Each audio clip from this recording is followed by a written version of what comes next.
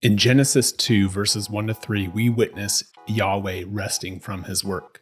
Now, some ask, was he tired? Did he need some sleep? And I want to answer that question right off the bat with a no. Isaiah 40, verse 28 tells us, "Have you not known? Have you not heard?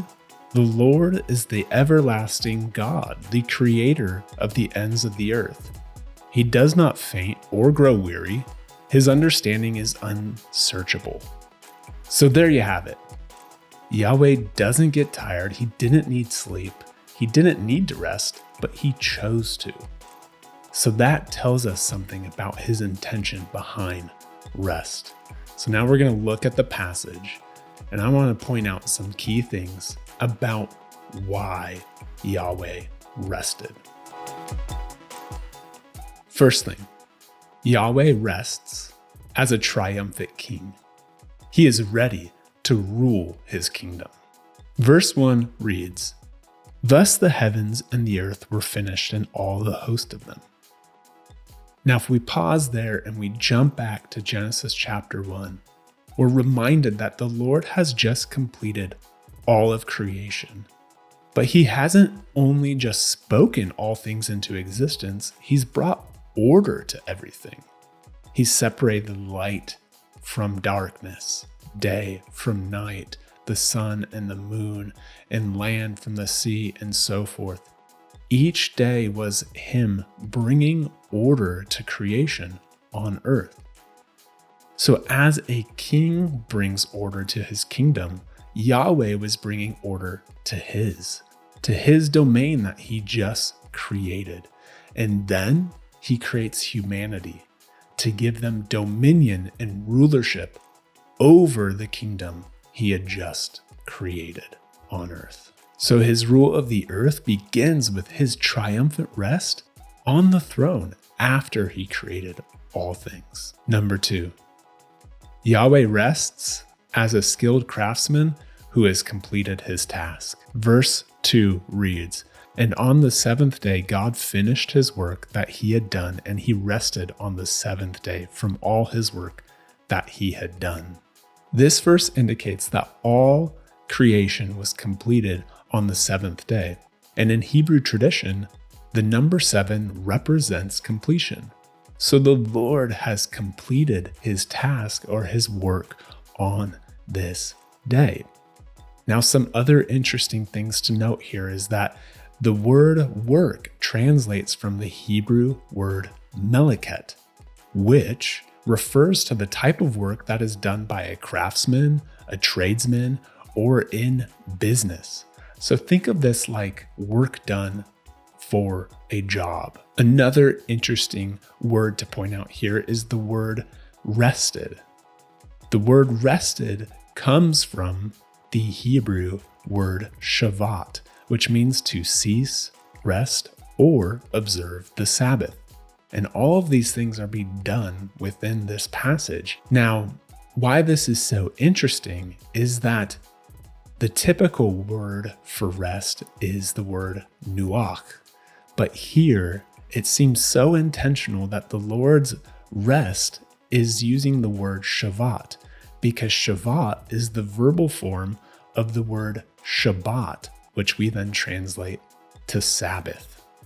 So Yahweh seems to be laying an understanding of the type of work we should rest from on the Sabbath, work that you would find in a trade or a craft. And so he rested as the perfect craftsman who saw that his work was very good. Number 3, Yahweh rests to model rest for us. Verse 3 reads, "So God blessed the seventh day and made it holy, because on it God rested from all his work that he had done in creation." We often neglect rest, and we don't see it as a spiritual discipline. And oftentimes it doesn't even make it on the spiritual disciplines lists that we refer to. But rest is so vital here that he has laid a foundation for it in the very beginning of Scripture. And to highlight the importance of rest, He makes the seventh day a unique day among the others, one in which he performs no work of creation. He not only chose it as the day of rest, but he blessed it and made it holy. Now, up to this point, the only things that have received a blessing are living creatures. He blessed them and he called them to multiply on the earth. So here, the idea of blessing a specific day of the week is implicating that the Lord wants to bring life-giving rest to us on the seventh day, on the Sabbath. He also makes it holy. He sets it apart to be recognized as unique and uncommon among the other days.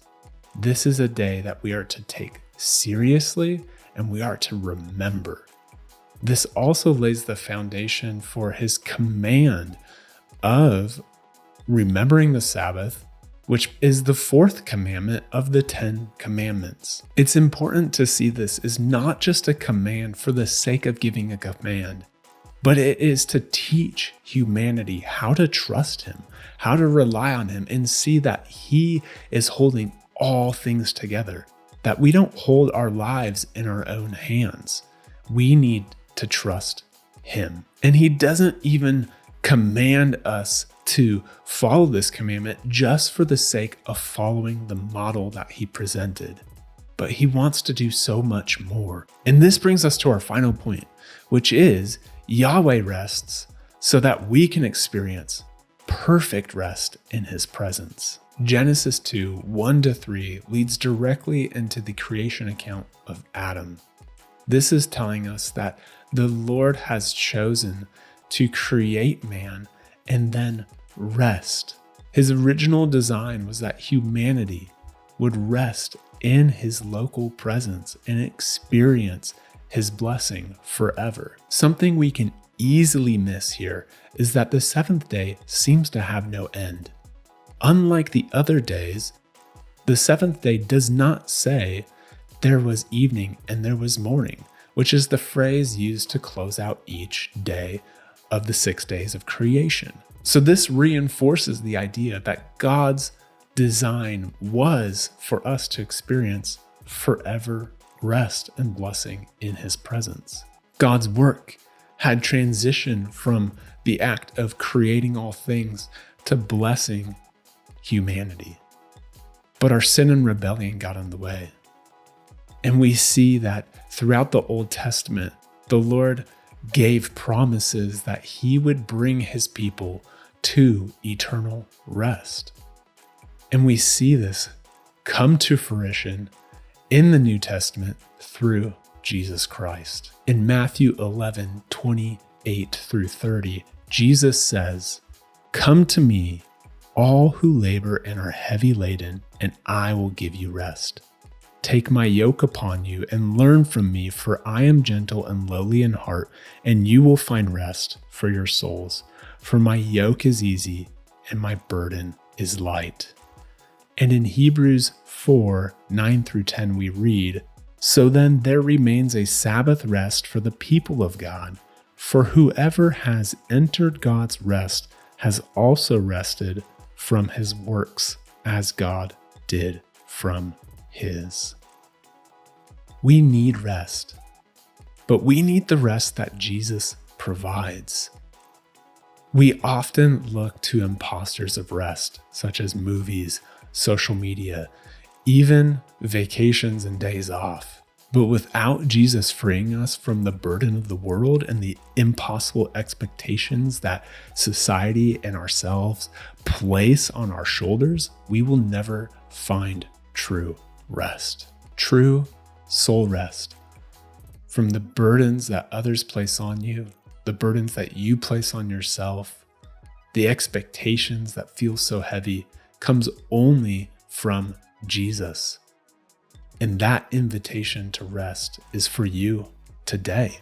And the only thing that he requires for you to receive that rest from him is to go to him.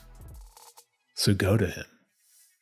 Go to him and he will give you rest. As I close today, I want to ask a few questions that I would invite you to answer either in the comments or through direct messages. First question is, how do you rest? What are the things that you do to try to recharge your batteries? Next question, what helps you find rest in Jesus? And the last, what challenges are keeping you from finding rest in Jesus? As always, please like, subscribe, and share this video with others that you think it would bless. It really does help this channel grow and for more people to see the content and hear the gospel message. Until next time, may the Lord bless you and keep you.